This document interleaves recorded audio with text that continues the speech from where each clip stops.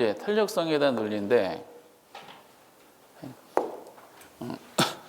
그게 우리가 지난번 탄력성의 개념을 논했었고요. 탄력성은 이제 자극에 대한 반응, 근데 크기를 논하는 거야. 그래서 지난번까지 균형까지는 어떤 자극에 대한 반응에 대한 방향을 논했어요. 수요 법칙은 가격과 수요량이 반대 방향, 공급 법칙은 가격과 공급량이 동일 방향, 뭐 이런 식으로 방향성만 논했는데, 탄력성은 이제 크기, 방향 플러스 크기이기 때문에 그 크기에 대한 논리를 펼치기 위해서 어떤 이제 변화율이라는 논리가 나오게 됩니다. 그래서 거기에 우리가 이제 다루는 것은 수요와 공급의 탄력성만 다루고, 결국 수요 공급은 이제 영향을 받는 종속 변수이기 때문에 여기다 영향을 주는 대표적인 수요 법칙, 공급 법칙의 원리로서 가격이라는 내용이 있어요. 그래서 거기 가격 탄력성을 중심으로 먼저 내용을 정리해 주셔야 되는데, 어차피 개념은 같아요. 책에 보시다시피 어떤 상품의 가격이 변할 때 그 상품의 수요량이 얼마만큼 변하는 걸 나타내는 정량적 지표다, 이렇게 되어 있죠. 여러분들 그 교재에 나온 책 그대로니까 수요의 가격 탄력성, 공급의 가격 탄력성은 개념은 똑같아요. 수요 칸에다가 공급만 집어넣으면 되는 거기 때문에 동일한 내용이에요. 그럼 방금 전에 이제 수요 탄력성 쪽 가격 탄력성 읽어드렸죠. 그럼 일본이 개념인데, 일본 개념 중에서 가장 탄력성을 설명하는 중요한 키워드가 뭘까요? 일본에서.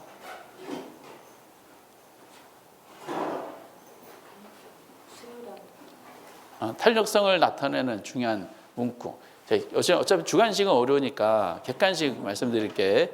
1번 얼마만큼, 2번 의, 3번 를, 4번 다. 뭐예요? 그렇지. 여기에 탄력성을 설명하는 중요한 내용이죠.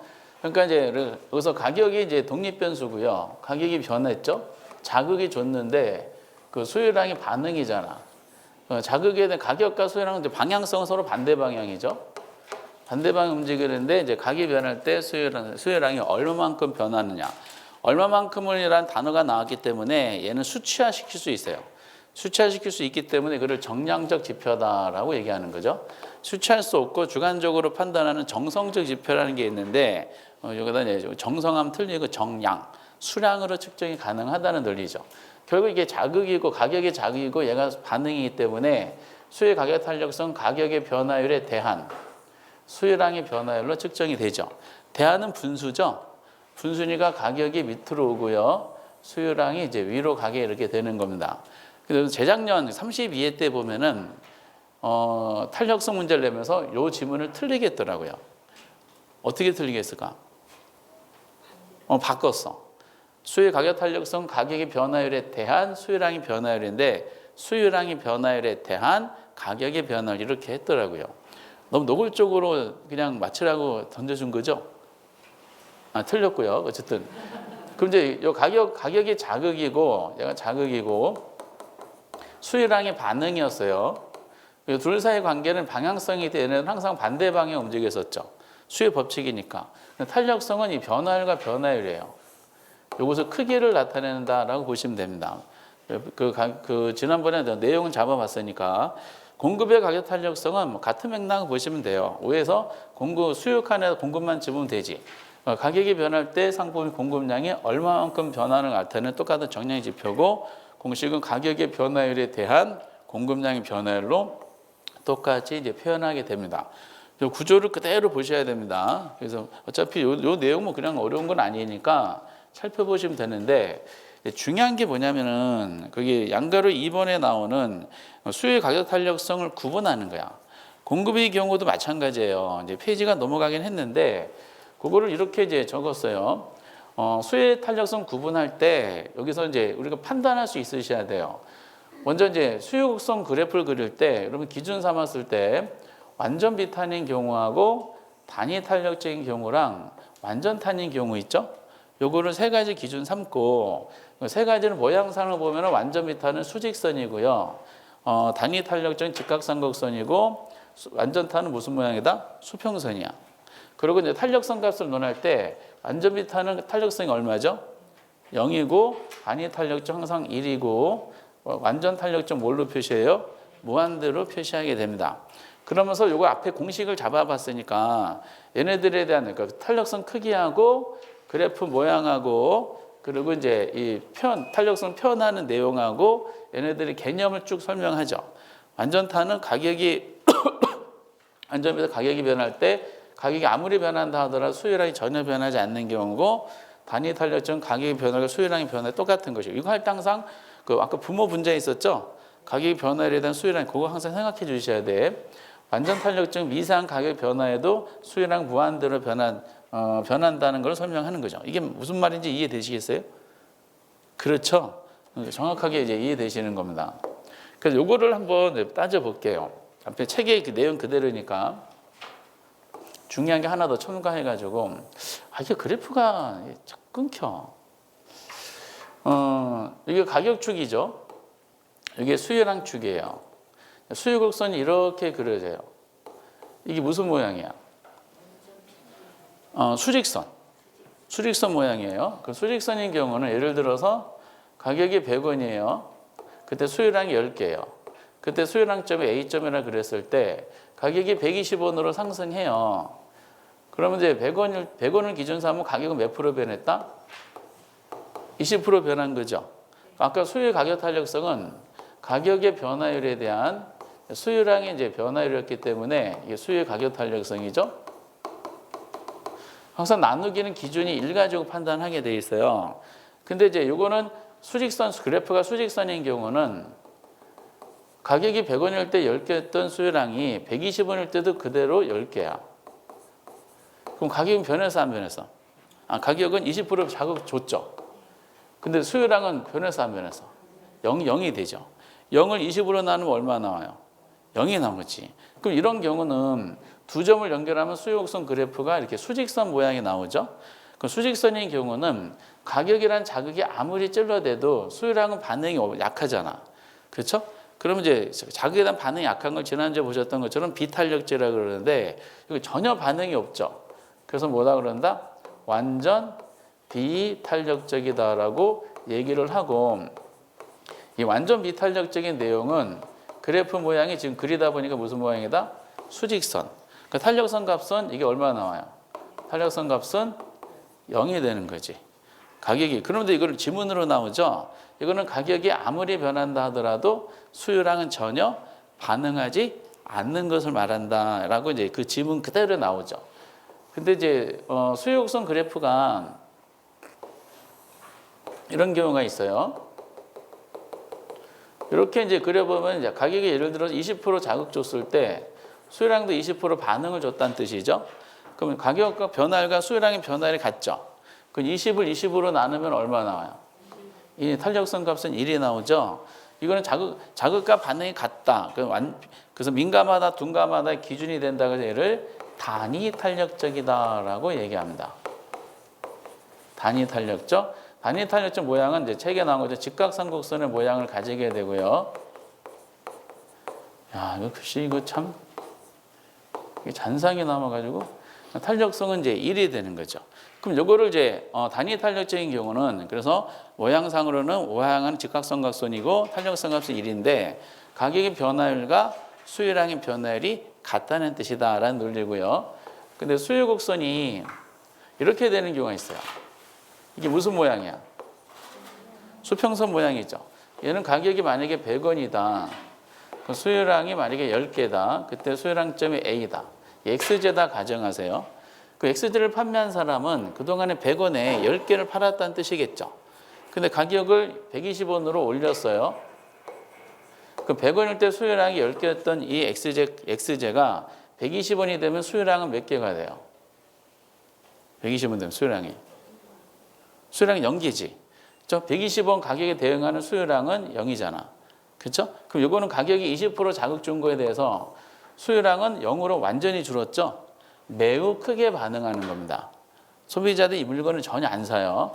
이처럼 가격의 변화에 대해서 매우 크게 반응하는 것을 완전 탄력제라 그러고 모양을 그려봤더니 무슨 모양?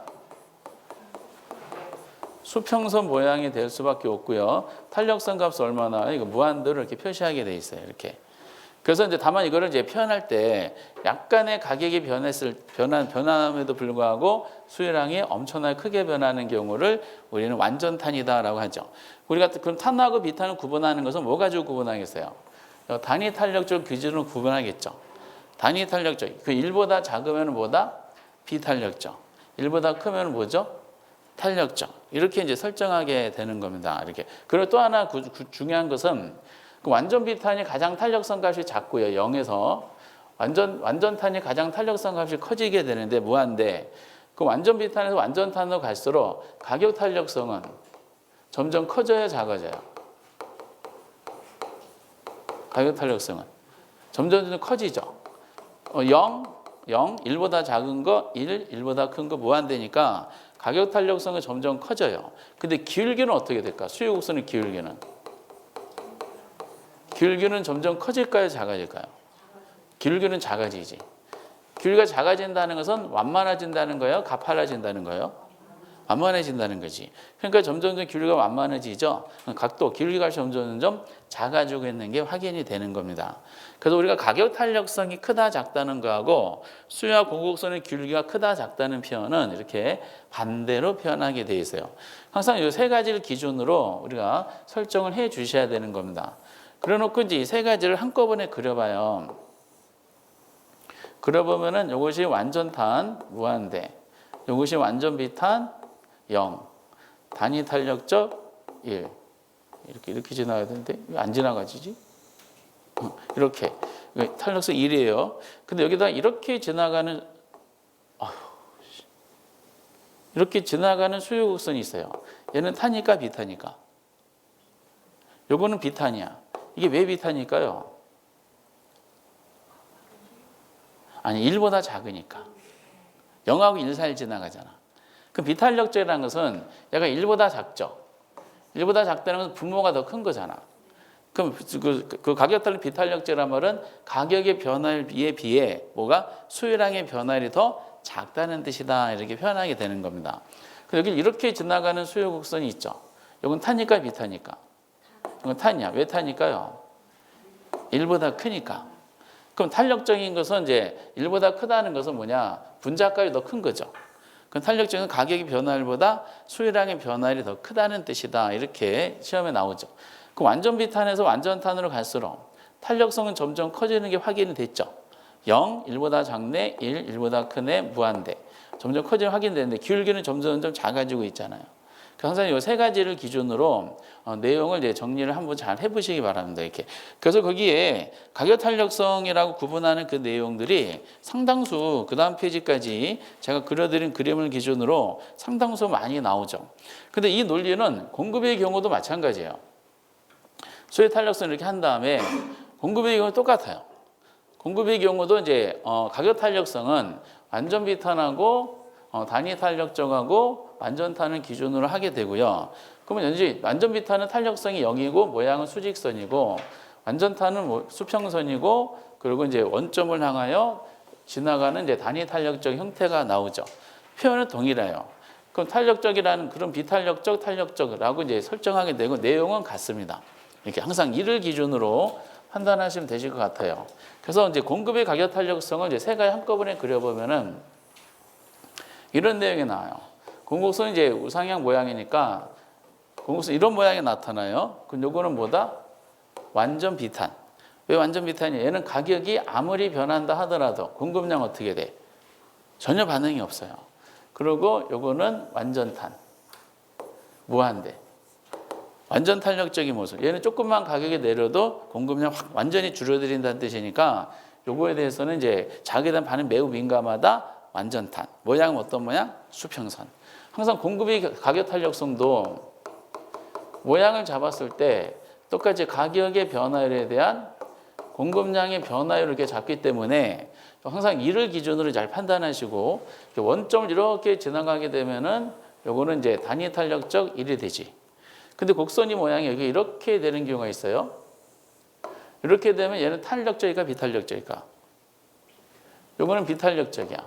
왜 비탄력적일까요? 1보다 작잖아. 그렇죠? 그리고 여기 이렇게 지나가는 곡선이 있을 수 있겠죠? 이건 탄이야 비탄이야? 왜? 1보다 크니까. 그렇죠. 그럼 이제 완전 비탄이 0이고 그 단위 탄력적이 1이고 완전탄이 무한대였을 때 완전 비탄에서 완전탄을 갈수록 점점 가격 탄력성은 점점 커지고 있죠. 근데 기울기는 점점 어떻게 돼요? 기울기는 점점 작아지고 있는 게 확인이 되는 거죠. 그래서 또 공급의 경우도 똑같이 가격 탄력성 크네, 기울기는 작네 이렇게 똑같이 연결이 돼요. 동일한 내용이다라고 보시면 돼요. 그래서 이게 상당히 많이 나와요. 그래서 구조적인 내용이기 때문에 책에 있는 거를 그대로 이제 살펴주시고요. 근데 이 형태가 이제 기출에 많이 있어서 한번 제가 이제 최근에 특히 요 기본적인 문제 중심으로 많이 나오던데 시험에 나온 거를 잠깐 모아봤어요. 뭐 최근에 것만 한번 잠깐 해봤는데 일본의 수요 가격 탄력성은 가격이 변할 때 수요량이 얼마나 변화 나타내는 정성적 지표 OX. 이거 틀렸지. 그 얼마만큼이라는 크기를 나타내는 거잖아. 크기라는 것은 수치화시킬 수 있는 거거든요. 그럼 정성이 아니라 뭐라 그래요? 정량적으로 하는 거예요. 정성은 이제 감정적으로 이제 주관적으로 느끼는 감정을 말하고요. 그리고 여기 틀렸었고요. 20회 때 이 당시 이게 정답이었어요. 그리고 이제 2번에 수요 비탄력적. 수요가 비탄력적이래. 가격 탄력성. 그럼 1보다 뭐다? 작아. 그럼 구조를 따져야 돼. 1보다 작다는 것은 밑에가 가격, 위에가 수요량이잖아. 1보다 작으려면은 아래 숫자가 더 커야 돼. 아래가 가격이잖아. 그럼 그 표현이 나오죠. 가격의 변화율에 비해, 이게 분모예요. 변화율에 비해 수요량의 변화율, 왜 분자예요? 얘가 작다. 맞지? 얘가 더 크고 위에가 작으니까 분모가 더 크면 1보다 작은 값 나오죠. 이거는 맞네. 미세한 가격에서 수요량이 무한히 변한다 그랬죠. 무한이면 무슨 탄력적? 완전 탄력적. 맞지? 그리고 이제 수요가 완전 탄력적이래. 그 위에 있는 지문이죠. 가격이 변화하는 상관없이 수요량이 고정. 가격이 변화 없이 수요량이 고정되려면 그래프를 어떻게 그려요? 수직선을 그릴 수밖에 없죠. 그럼 가격이 아무리 변한다 하더라도 수요량은 고정이야. 그럼 이거는 완전탄이 아니라 뭐라고 해야 돼요? 완전 비탄이지.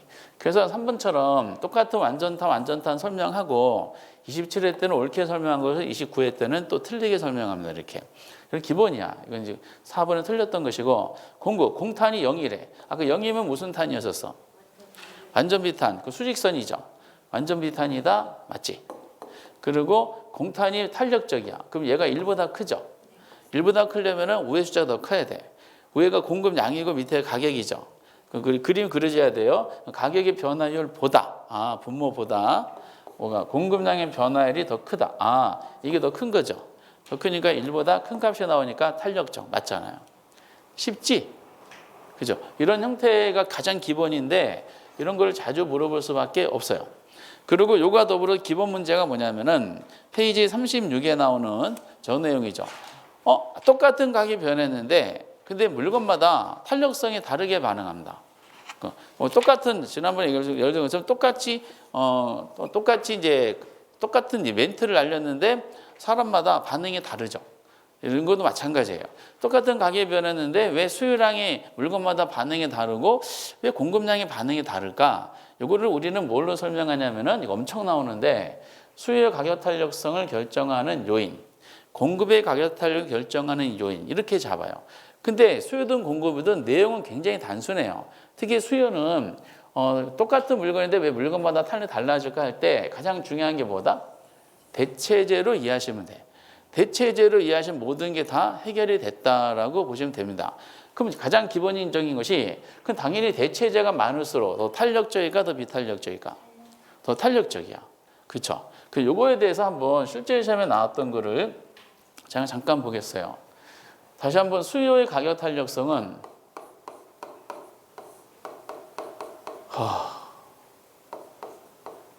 이쪽에 안 써지나?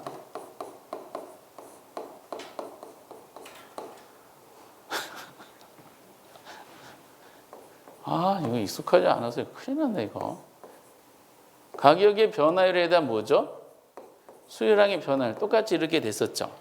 그럼 이제 분모하고 분자 잘 보세요. 근데 실제 시험에 보면은, 그냥 판사하면 이거 금방 되는데, 이거. 이렇게 돼가지고, 수요곡선이 이제 이렇게 되고요. 수요곡선이 이렇게 됩니다. 기출에 보면은 여기에 이제 그래프로 그려져 있어요. 실제 시험. 그 박스를 쳐놓고 이 그래프에 대한 해석집을 막 나온 게 있습니다. 옛날에. 그러면은 지금 이제 A 곡선과 B 수요 곡선이 있어요. 어느 게 더 탄력적일까? 아니, D는 수요고 A의 수요, B의 수요. A가 더 탄력적이지.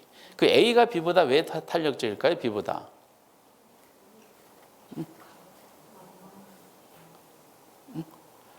아니. 방금 전에 우리가 수요의 가격 탄력성을 결정하는 중요한 요소가 대체제라 그랬죠. 수요는 대체제로만 일관되게 생각하시면 돼요.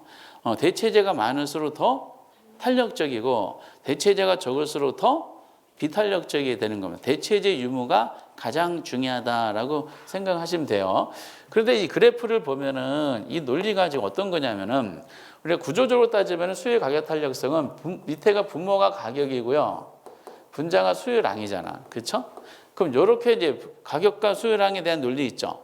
이거를 옆으로 잡아뜨린 거야. 응? 옆으로 잡아뜨리면은 밑에 분모했던 것이 쓰죠. 가격축이 되고 위에 분자했던 게 자빠지면서 수평축이 돼버리거든요. 근데 아까 우리가 탄력적이면은 똑같은 가격이란 자극에 대해서 수요량의 반응이 점점 더 커질수록 분자값이 커질수록 더 탄력적이 되잖아. 그렇죠? 우리가 이제 분수로 표현하면 위의 값이 커질수록 탄력적이 된다고 표현하겠지만은 이거 옆으로 잡아뜨리면은 우측으로 더 많이 갈수록 탄력적이 되는 거야. 그러면서 우리가 논점으로 이 균형점이 아니고 교차점이 있겠죠? 쭉 보다 보면은 여기가 가격이고요. 여기가 수요량이라 한번 잡아 볼게요. 그럼 이제 A하고 A 부동산과 B 부동산은 P0 상태에서 수요량이 같죠. 그렇죠? 이제 자극을 줬어. 이 두 가지 물건에 대해서 동시에 가격이 P1으로 하락했다 가정해 보죠. 가격이 이만큼 변한 거죠. 동일한 가격에 자극을 준 거야. 동일한 가격 변화 자극. 그럼 수요량은 반응하겠지. 그럼 당연히 가격 하락했으니까 방향성은 수요량은 증가할 거 아니에요. 그럼 이제 가격이 이만큼 하락했을 때 수요량은 B는 이만큼 늘어났고, 그리고 수요량 A는 같은 가격 자극에 대해서 수요량이 이만큼 늘어났어요. 그럼 동일한 가격 변화에 대해서 A가 B보다 더 반응이 더 크죠.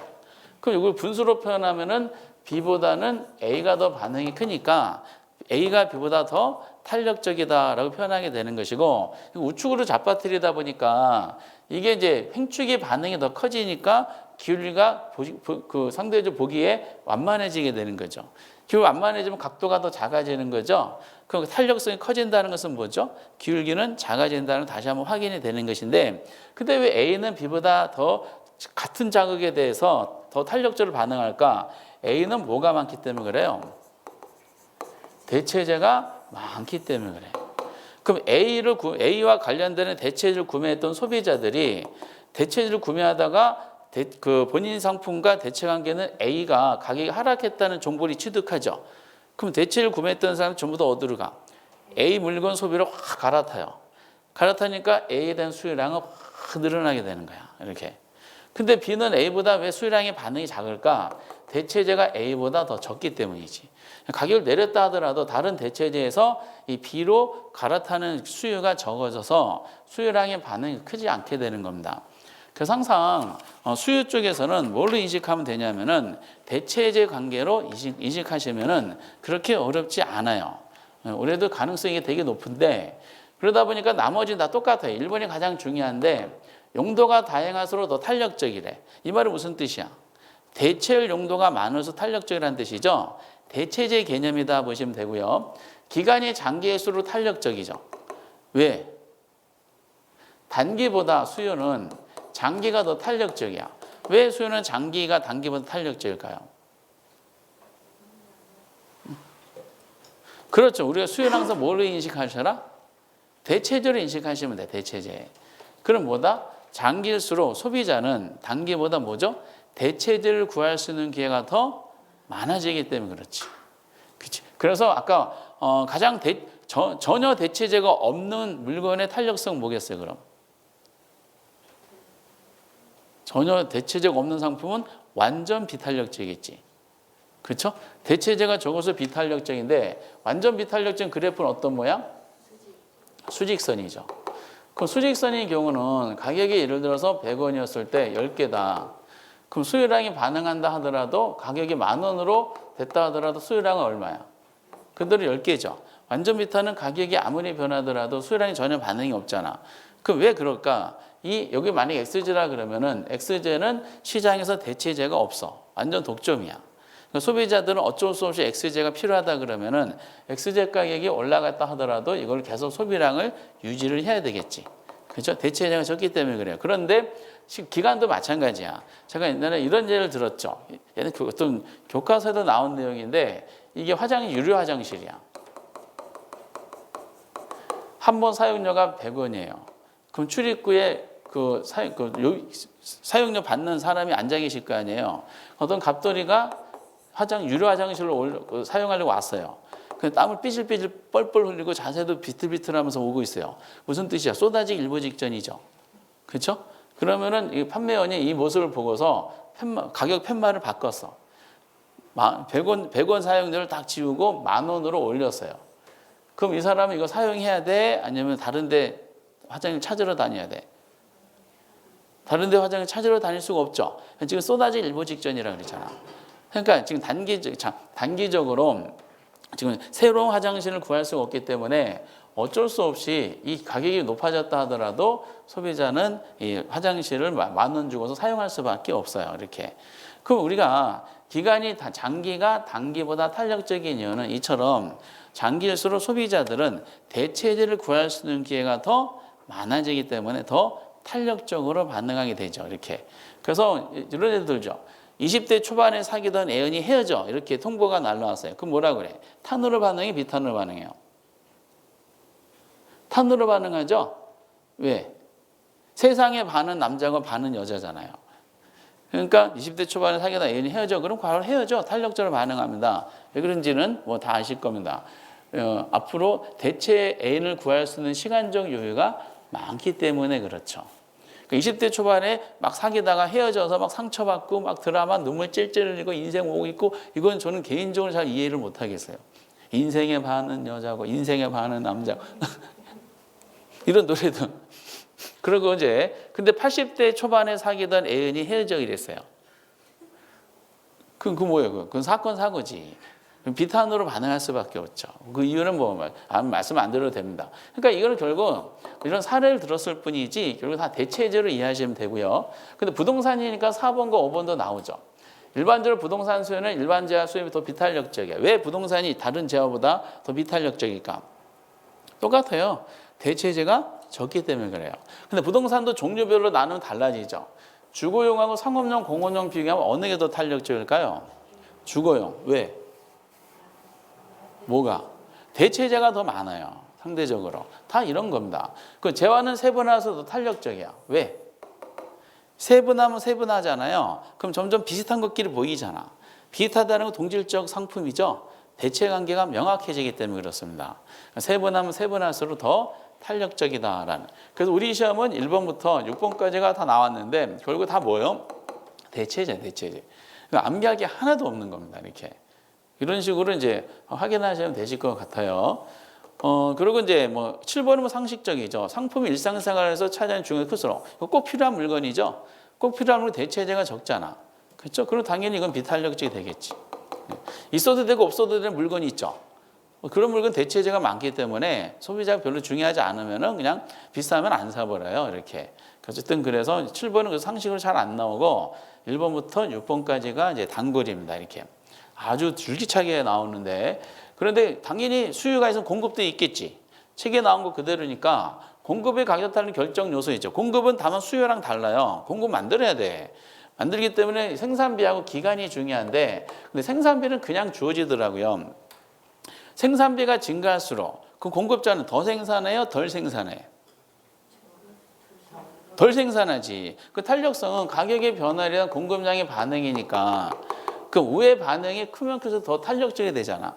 생산비가 증가하면 증가할수록 덜 생산하기 때문에 점점 이렇게 줄죠. 그러다 보니까 더 비탄력적이 돼요. 요거는 공부안에도 마치더라고요. 근데 공급비용은 이게 기간이 중요한데 그냥 기간으로 내요. 우리 시험은 그냥 기간으로 내면 공급이야. 그냥 기간으로 내면은 장기가 탄력적일까요? 단기가 탄력적일까? 그냥 기간으로 내면 지금 판서해 놓고 있잖아. 기간이 길수록 그럼 장기라는 거죠. 더 탄력적이 되는 겁니다. 오케이? 기간이 길수록 그러니까 장기가 단기보다 그냥 공급은 더 탄력적이 돼요. 근데 이건 하나의 약속인데 그냥 기간으로 낼 때는 이렇게 판단하시면 돼요. 장기가 단기가 탄력적이다. 그럼 그냥 기간으로 내는 것은 무슨 뜻이냐? 이거는 가로친 내용이에요. 가로친 건 시험 지문은 안 나와요. 그냥 기간으로 내니까 이런 의미다. 그냥 기간 내는 것은 저 기간은 생산에 주어지는 기간을 말합니다. 그 상식적으로 A 제품을 생산하는데 생산에 주어진 기간이 하루가 주어졌어요. 근데 주어진 기간이 한 달이 주어졌어. 그러면 어느 게 더 생산량이 많겠어요? 한 달. 동일 물건에 대해서처럼 생산에 주어진 기간이 길어지면 길어질수록 더 많이 생산하잖아. 그러니까 더 탄력적이 될 수밖에 없는 겁니다. 근데 출제원이 가장 좋아하는 것은 3번이지. 여기도 기간인데 여기는 생산에 소요되는 기간이에요. 우리 중개사 시험은 요 소요란 말을 써주더라고요. 그럼 생산에 소요되는 기간이 길수록 더 탄력적이가 더 비탄력적일까? 더 비탄력적이야. 그럼 생산에 소요되는 기간으로 내잖아요. 얘는 단기가 더 탄력적일까요? 장기가 더 탄력적일까? 단기가 더 탄력적이 되는 겁니다. 생산에 소요되는 기간이 길어질수록 더 비탄력적이 돼요. 이거 무슨 말인지 해석이 되세요? 생산에 소요된다는 것은 A 제품하고 B 제품이 있는데 두 제품을 한 개를 생산하는데 A 제품은 초당 하나 생산하고요. B 제품은 한 개 생산하는데 하루에 하나 생산을 해요.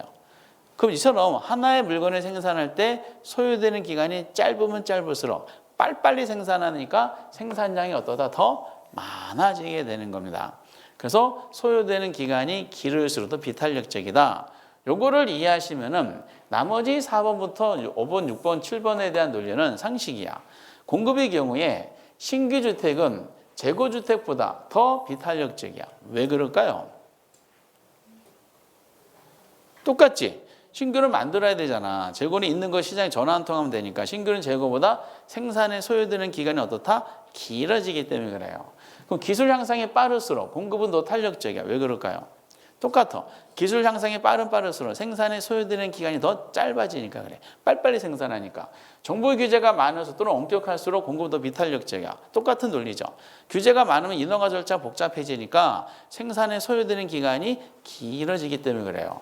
용도 전환이 용이할수록 더 공급은 탄력적이죠. 왜? 전환이 용이하다는 것은 전환 후 용도로서 소요되는 기간이 짧아진다는 뜻이죠. 그렇기 때문에 전부 다 6번에 7번에 대한 논리는 전부 3번에 대한 실제 예제다라고 보시면 사례다라고 보시면 되실 것 같아요. 8번은 우리 시험 나오지 않는데 이것도 상식이야. 재화의 저장 가능성이 작고 저장하기가 어려운 거예요. 저장비용이 많이 든대. 그럼 많이 생산해 놓겠어요? 주문 생산은 그때그때 필요할 때가 조금 생산하겠어? 조금 생산하겠죠. 보관하기 어려우니까. 그건 더 비탄력적이지. 공급량이 더 적어진다는 뜻입니다. 이거는 상식에 잘 한 번도 나온 적 없고 우리 시험은 1번부터 7번까지가 표현이 되어 있어요. 그러니까 이거 암기가 아니라 가격 탄력성 논할 때 수요 쪽에서는 대체재 여부 가지고 이해하시면 되고 공급의 경우는 생산비랑 기간 가지고 하시면 되는데 그중에 기간이 이렇게 중요합니다. 요거는 이제 올해도 가능성이 매우 높은 시험 주제 앞에 개념하고 더불어서 같이 맞물려서 시험에 나올 가능성이 높은데 여기 보면은 그동안에 나왔던 예문들이 거의 중복이 많아요. 같은 거 또 내고 또 틀리고 계속 그러는데 수요의 가격 탄력성은 주거용 부동산에 비해 특정 입지 조건을 요구하는 공업용 부동산에 더 탄력적이래. 틀렸지. 이거 어느 게 더 탄력적으로 표현한 거예요? 공업용이 더 탄력적이라고 그랬죠. 특히 특정 입지 조건을 요구하는 공업용 부동산은요. 대체재를 찾기가 정말로 어려워요. 그래서 이거는 틀렸습니다. 주거용 부동산은 특정 입지 조건을 요구하는 공업용 부동산에 비해 이렇게 해야 되겠죠. 더 탄력적이 하셔야 되고 2번에 용도전에 용이할수록 또 용도가 다양할수록 더 탄력적이죠. 그렇죠. 커진다는 거 당연히 맞고 그 수요 탄력은 단기에서 장기로 갈수록 탄력적으로 변한대. 아까 장기가 탄력적이고 단기가 탄력적이라고 했어. 장기가 탄력제라고 했지. 왜 수요는 장기가 더 탄력제라고 그랬어? 응? 대체제를 구할 수 있는 시간적 여유가 많아지기 때문에 그렇지. 야구장 가실 여기 야구장 좋아하시는 분 계실지 모르겠지만은 저는 뭐 옛날에 유일한 취미가 야구장 가서 야구 보는 겁니다. 이렇게. 지금은 뭐 TV가 없어가지고 핸드폰으로 메이저리그 보고 있는데 구매하고 재미가 없어져서 어쨌든 그럼 거기 암표를 그 이슈가 되는 게임은 암표를 팔아요. 늦게 가면 암표 팔죠. 암표가 좀 비싸요, 싸요? 비싸죠. 사야 돼, 안 사야 돼? 중요한 경기는 사야죠. 사야 되지. 근데 막 경기 일보 직전에 막 팔잖아. 그렇죠? 가격이 막 올라가죠. 근데 출입하는 사람들은 그 표를 구하는 시간적 여유가 없기 때문에 그냥 비탄력적으로 반응해서 올라가도 그냥 사는 겁니다. 이렇게 똑같아요. 그래서 여유가 있으면 안 사지. 장기에서 단기로 갈수록 대체제가 많아지긴 더 탄력적이다. 공급의 가격 탄력성은 단기에 비해 장기가 더 탄력적이다. 맞죠? 맞잖아. 앞에 했잖아요. 그냥 공급의 가격 탄력성은 그냥 단기, 장기로 나오잖아요. 그냥 기간으로 하면은 뭐다? 장기가 무조건 탄력적이야. 왜 그냥 기간으로 하면 더 탄력적이라 그러냐면 아까 생산에 뭐 주어지는 기간. 제품 생산하는데 하루가 조회수 생산량하고 한 달 생산량 비교해 보세요. 그럼 주어진 게 기능이 더 많이 생산하니까 더 탄력적이지. 그리고 5번에 생산에 소요되는 기간이 길수록 공급은 더 비탄력적이래. 맞지? 왜 5번에 4번에 대한 기간표현하고 5번에 대한 기간표현을 잘 구별해 주셔야 돼요. 그러니까 이것이 이제 어렴풋이 공부하시는 분들은 실제 시험 나와서 좀 헷갈린다는 얘기가 제가 들었어요. 그러니까 그냥 지속적으로 나오는 겁니다. 이처럼 여기까지가 가격 탄력성의 기초야. 아까 개념이 있었죠? 가격의 변화에 대한 수요량과 공급량의 변화. 즉 이거 해석하면은 가격이 변할 때 수요량과 공급량이 얼마만큼 변화를 나타내는 정량적 지표예요. 이거 한 다음에 그럼 가격 탄력성을 구분하는 거 어떻게 해요? 그 완전 비탄하고 완전 탄하고 단위 탄력적 기준을 하는데 수요 쪽에서는 공급 쪽이든 다 완전 비탄은 섰고요. 그 완전 탄은 수평선이래요. 그리고 단위 탄력적은 수요는 우하향 직각선곡선이고 공급 원점 전환은 이제 이렇게 우상향 형태가 나타나는데 그 얘네들이 표현이 뭐냐? 항상 1을 기준으로 해가지고 1보다 크면 탄력적이니까 밑에보다 분자가 더 크네. 그럼 가격의 변화보다 수요랑 공급량의 반응이 더 큰 것이 더 탄력적이네. 이런 식으로 해가지고 구조적으로 표현을 다 공부해 주셔야 돼. 그러니까 이건 암기가 아니라 아까 구조적인 내용을 그래프를 연상하시면은 어떤 지문이 나오더라도 시각적으로 이제 머릿속에 떠오르는 시각으로 판단할 수가 있어요. 근데 같은 가격이 변했는데 왜 수요량과 공급량의 반응이 다를까? 수요는 대체제 여부고요. 공급은 생산비와 기간적인 여부를 생각하셔서 정리하시면 되는 겁니다. 이렇게. 어쨌든 뭐 그런 논리 가지고 이제 판단하시고 거기까지가 기초야. 근데 요즘에는 기본을 중심으로 시험 지문을 종종 자주 나와. 빈번하게. 작년에는 기본이 안 나왔기 때문에 올해는 가능성이 굉장히 높아요. 그 탄력성이 앞에 거는 나왔다고 보시고 그 다음에 이제 가격 탄력성 여기서 끝내는 것이 아니라 응용을 내요. 응용 중에서 가장 중요한 게 한 가지 주제가 있지만은 그 중요한 주제에 이제 들어가기 전에 기본 모델이 우선 37페이지에 그 가격 탄력성 계산하는 게 있어요. 물론 요즘에는 가격 탄력 계산 이거 단순하게 안 내. 요즘에는 탄력성 계산 문제는 작년처럼 가격 탄력성하고 가격 탄력성 이외의 탄력성을 결합을 해서 즉 두세 개의 탄력성을 결합해가지고 값을 도출하는 게 요즘에 대세예요. 근데 대신에 항상 기본이 되는 게 가격 말고 다른 탄력 논하기 전에 우선 가격 탄력성을 잡아놓는 게 중요해. 수요 법칙을 잡아놓고 나머지 논하는 것처럼. 그래서 계산 문제에 대한 구조를 볼게요. 가격 탄력성이야. 그 가격의 변화율에 대한 수요량의 변화. 얘는 공급량의 변화율이에요. 그 따져보면은 이 변화율과 변화율을 나타내야 되는데 얘가 크기잖아. 크기. 요거는 방향이죠. 얘네도 항상 반대 방향이죠. 수요 법칙이니까. 공급량의 변화율과 변화율은 크기고요. 그게 항상 일가지로 판단하는 것이고 요건 항상 같은 방향이죠. 아까 가격 공급량은 공급 법칙이니까 이건 지금 논할 때는 아니고 그런데 계산 문제 논하다 보니까 이런 경우가 있어요. 여기 가격이 100원에서 120원으로 상승했어. 그러면 기준 삼을 때 그럼 100원에서 120원 상승하면은 이게 시작점이고 기초고 이게 끝점이 기말점이잖아. 그러면 시작점을 기준으로 하는 게 나을까요? 끝점을 기준으로 하는 게 나을까요? 어느 걸 기준으로 계산해야 될까? 100원에서 120을 변했다. 탄력성 계산할 때 100원을 가지고 계산해야 될까? 120원 가지고 계산해야 될까? 요거는 그때 달라요. 그러니까 어떤 경우냐? 똑같은 구간을 움직였다 하더라도 어느 걸 기준으로 삼느냐에 따라서 탄력성은 달라져요. 화장실 들어갈 때 탄력성하고 나올 때 탄력성이 다르죠. 똑같은 거리를 갔는데 등산할 때 산을 오를 때 탄력성과 내려올 때 탄력성은 다르잖아요.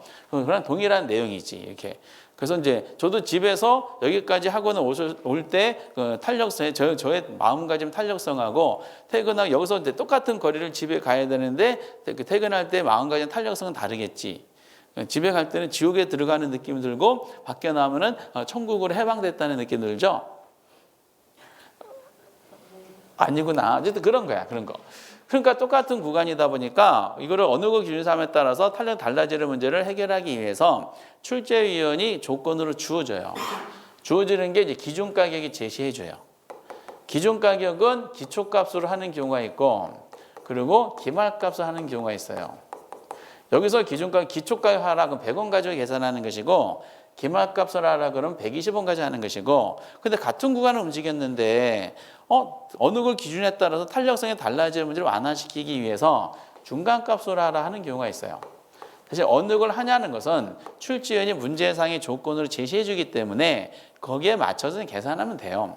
그리고 기준이 되는 가격을 가지고 가격 변화분을 나누면은 이게 변화율이라는 퍼센티지가 산정이 돼요. 공급의 경우도 수요량도 마찬가지지. 기존 수요량 가지고 수요량 변화분을 나누면은 수요량의 변화율이 나오게 되는 겁니다. 이것도 공급의 경우도 같은 맥락이야. 이렇게 되면 이제 실체가 안 보이니까 하나 사례를 볼게요. 우선 간단한 거 볼게요. 우리가 역사상 최초의 문제들을 보면은 이 변화율 자체를 주어줬어요. 어떤 거냐? 이거죠. 1번 같은 문제가 2번 나왔어요. 15-1회 때 역사상 최초로 계산 문제가 등장했거든요. 탄력성에서. 근데 그때 문제랑 21회 때 문제 똑같기 때문에 한번 볼게요. 이거 단독 문제야. 가격이 5% 하락했는데 수요는 7% 증가했대요. 탄력성은 얼마일까? 이게 제가 들은 에피소드가 이 문제가 있어가지고. 그쵸?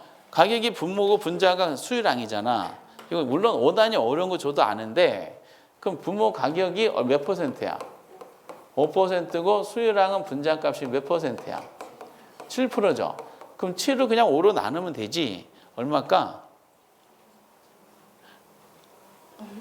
계산기 있어야 돼요. 1.4가 나옵니다. 1.4가 정답이에요. 그 당시 이제 이 문제가 1.4가 2번인가 아마 있어요. 3번인가? 제 기출문제 3번인가 있었어요. 근데 제가 다른 분한테 듣는 얘기는 이것도 틀리신 분이 계시더라고요.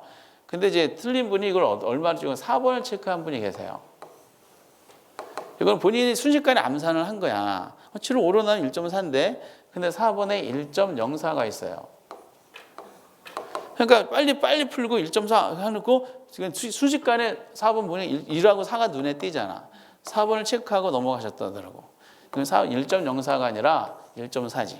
출제원이 약간의 함정을 만들었습니다.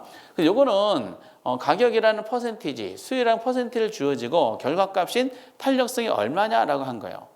그러니까 이제 이런 문제는 지금은 안 나오는데 이게 어쨌든 기본이에요. 가격 탄력성이. 이걸 아래 다음 단계 할 수 있어요. 근데 2번 같은 경우는 결과가 주어지고 원인에 대해서 질문하는 거예요. 여기 보니까 옵시대가에 4% 상승했는데 여기 수요의 가격 탄력성이 2라고 나왔죠. 우리는 우회 문제는 수요의 가격 탄력성이 얼마냐 물어봤는데 탄력성을 주어줬어. 그런데 가격이 얼마 변했다고 나왔어요. 가격이 분모잖아. 4%가 뭐다? 상승했다고 나왔죠. 그러면 수요량의 변화는 이렇게 물어본 거지.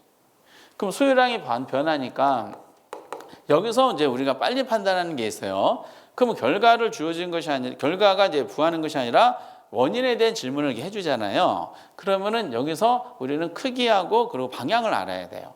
근데 여기 우리가 지금 논한 것이 수요의 가격 탄력성이잖아. 그렇죠? 그럼 가격이 지금 올라갔잖아. 그럼 수요량은 어떻게 돼야 돼요? 우선 방향은 크기 방향에서 수요량은 증가해야 돼, 감소해야 돼?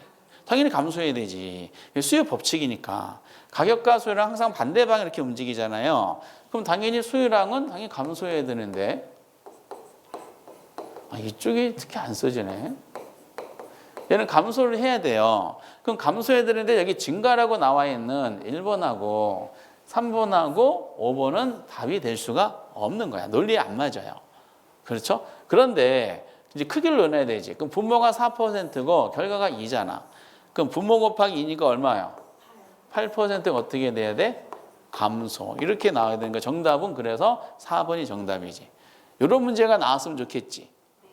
불가능하고요. 어쨌든 근데 모의고사 이걸 내드렸더니 틀리시더라고. 어떻게 내드렸냐면은 공급의 가격 탄력성이 2다. 오피스텔 공급량이 변하는. 이렇게 내드린 거야.